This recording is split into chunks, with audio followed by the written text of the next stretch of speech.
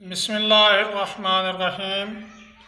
अभी इब्न हातिम में लिखा है कि एक शख्स जिन्नात का सिताया हुआ हज़रत अब्दुल्ला इब्न मसूद रज़ी अल्लाह तआला अन्हु के पास आया तो हज़रत अब्दुल्ला इब्न मसूद रज़ी अल्लाह तआला अन्हु ने जिन्नात को भगाने के लिए ये आयात मुबारका पढ़ी।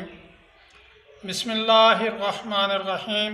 आफ़ा हसिबतुम अन्नमा खलक़नाकुम अबसन व अन्नकुम इलैना ला तुरजऊन फ़तआलल्लाहुल मलिकुल हक़ ला इलाहा इल्ला हुवा रब्बुल अर्शिल करीम व मन यदउ मअल्लाहि इलाहन आखर ला बुरहान लहू बिह फ़इन्नमा हिसाबुहु इंद रब्बिह इन्नहु ला युफ्लिहुल काफ़िरून वक़ुल रब्बिग़फ़िर वरहम व अन्त खैरुर राहिमीन।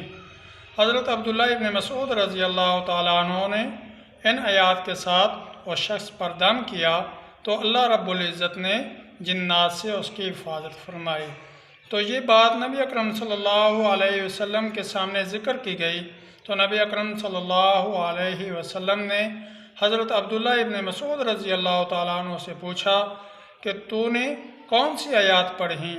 तो हज़रत अब्दुल्ला इब्न मसूद रज़ी अल्लाह तआला अन्हु ने अर्ज़ किया, या रसूलुल्लाह सल्लल्लाहु अलैहि वसल्लम, ये आयात मैंने पढ़ी। तो नबी अकरम सल्लल्लाहु अलैहि वसल्लम ने इरशाद फरमाया, ऐ अब्दुल्ला, अगर तो ये आयात पहाड़ पर पढ़ देता तो पहाड़ भी अपनी जगह से टल जाते।